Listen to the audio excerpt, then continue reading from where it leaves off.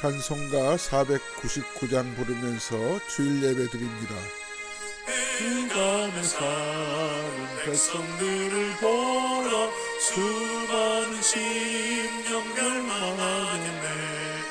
그 누가 갈까 주의 복음 들고 생명을 구원하는 곳으로. 큰 권세 주께 있으니, 큰 권세 주께 있으니, 너는 가서 주의 복음 전하라. 주가 너 항상 지키리라. 온전한 만민 승리의 그날에 영광과 찬송 주께 드리네. 속죄함이 구원 받았으니 기쁘게 할렐루야 부르세.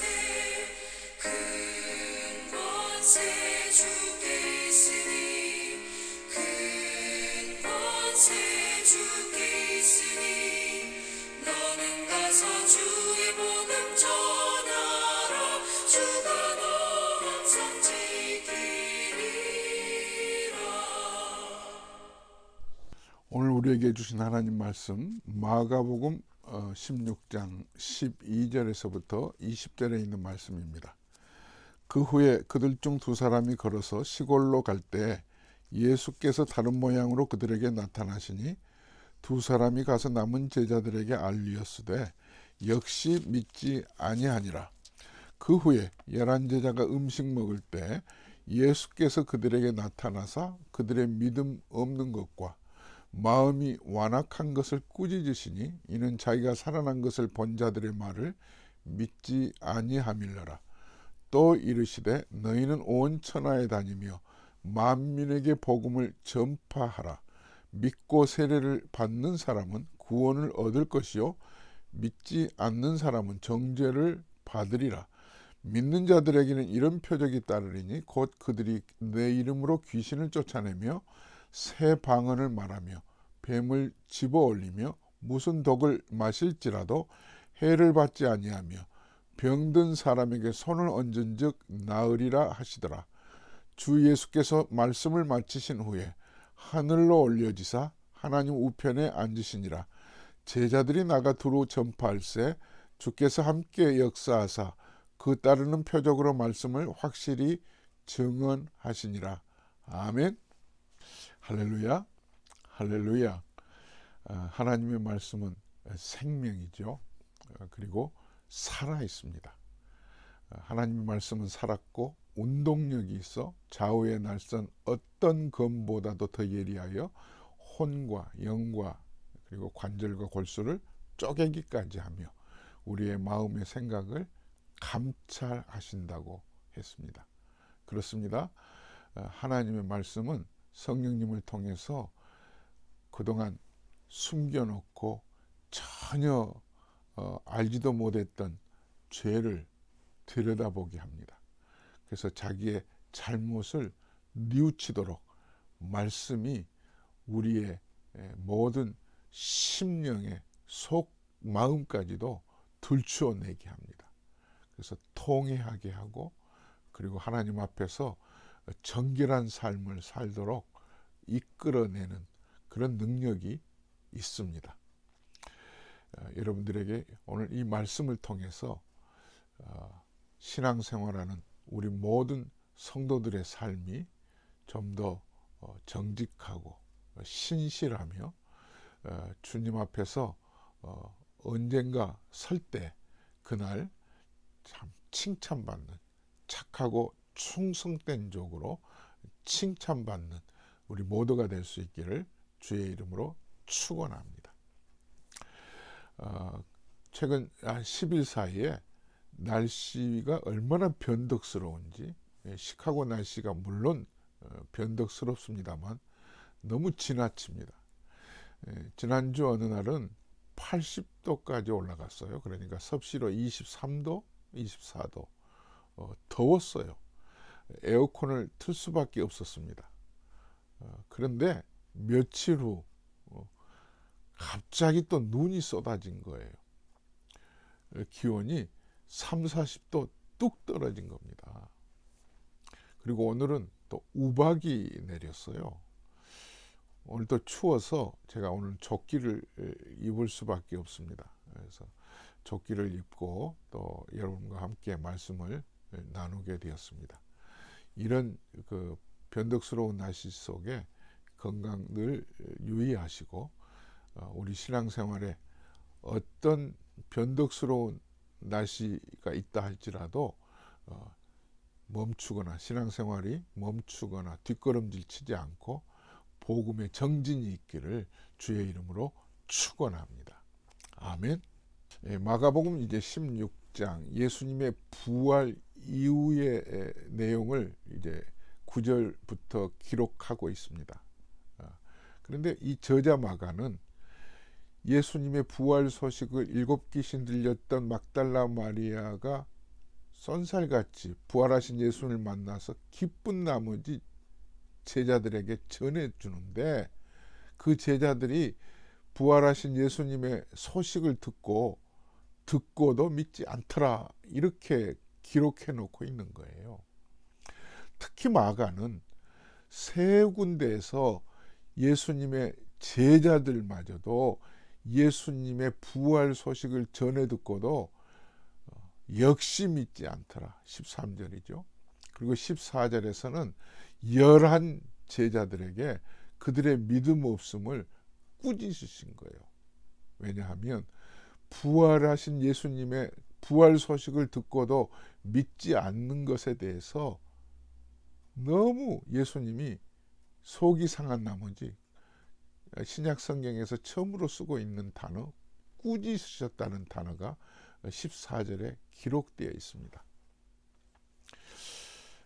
우리가 지난 시간에도 말씀을 같이 나누었던 것처럼 역시 믿지 않았던 그 제자들, 그러니까 엠마오로 가는 두 제자에게 예수님이 이제 만나 주셔서 말씀을 풀어 주시잖아요. 그때 그들이 마음이 뜨거워졌어요.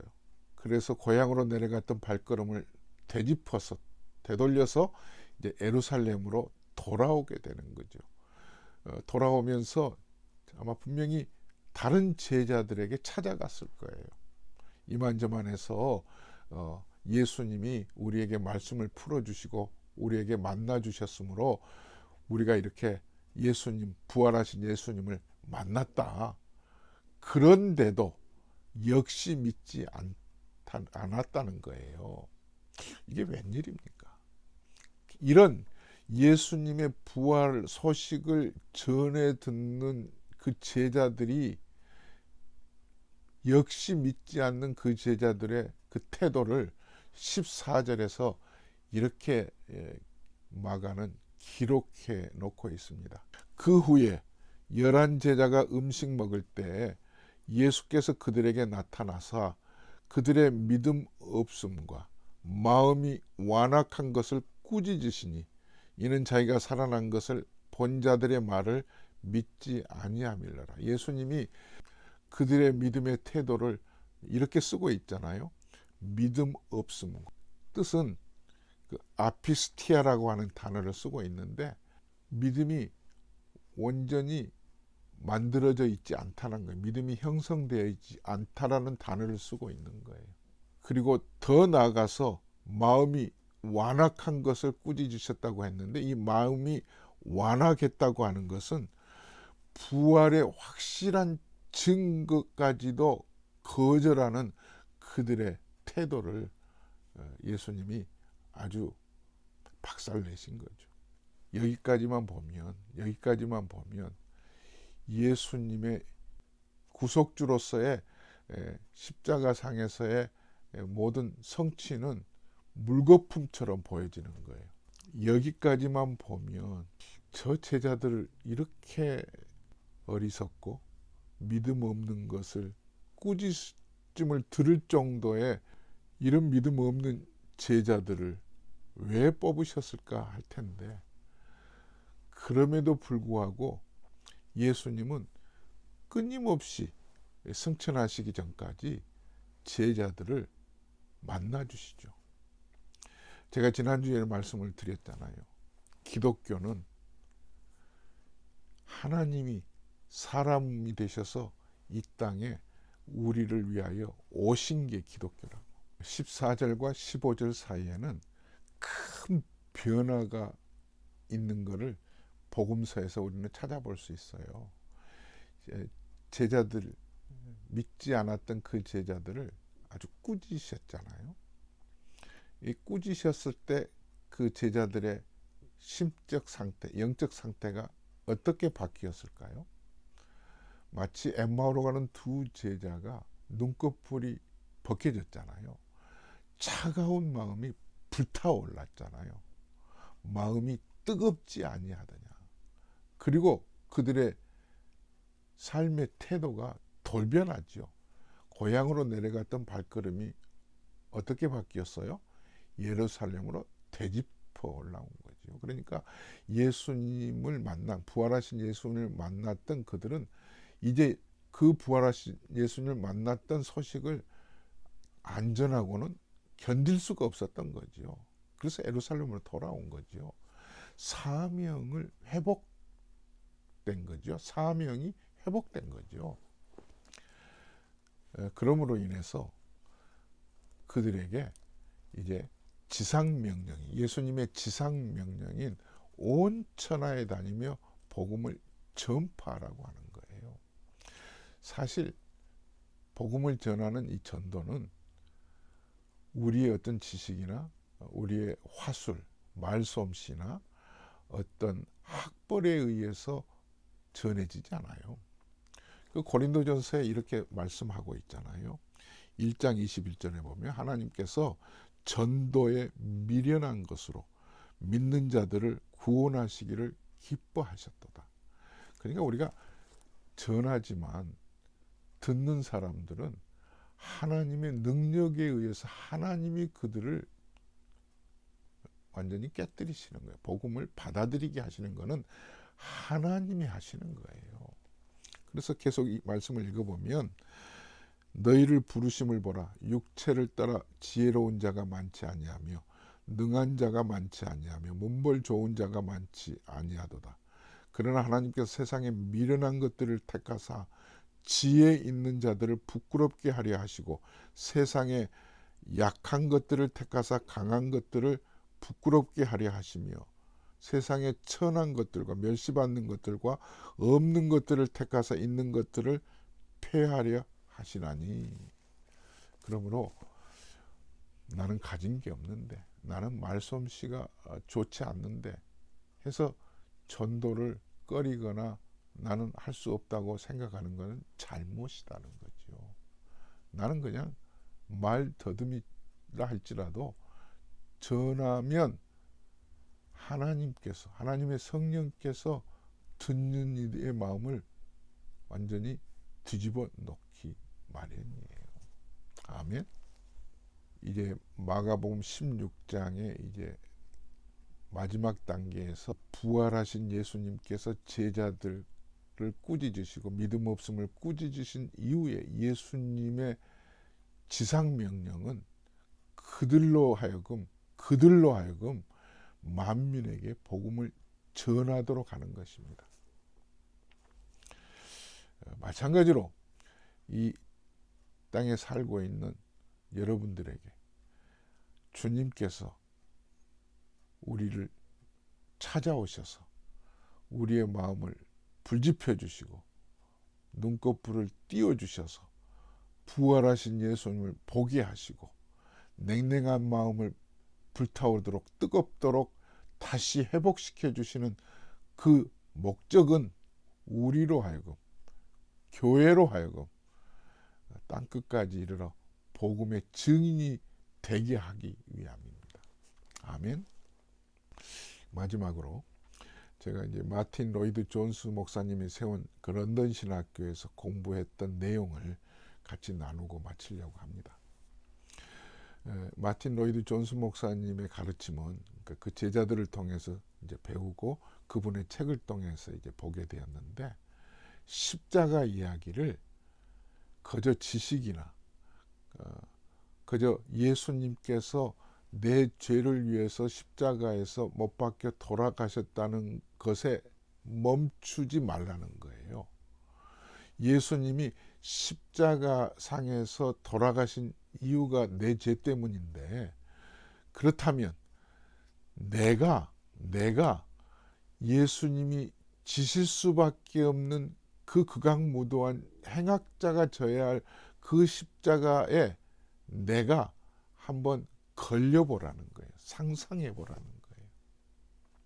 내 죄가 얼마나 무거운지, 십자가에서 내 죄가 씻음 받을 수밖에 없는, 십자가를 지지 않고는 죄 없는 예수님이 내 죄 때문에 십자가를 질 수밖에 없는 내 죄의 무게를 내가 그 십자가 위에, 나를 그 십자가 위에 올려놓고 생각해 보라는 거예요.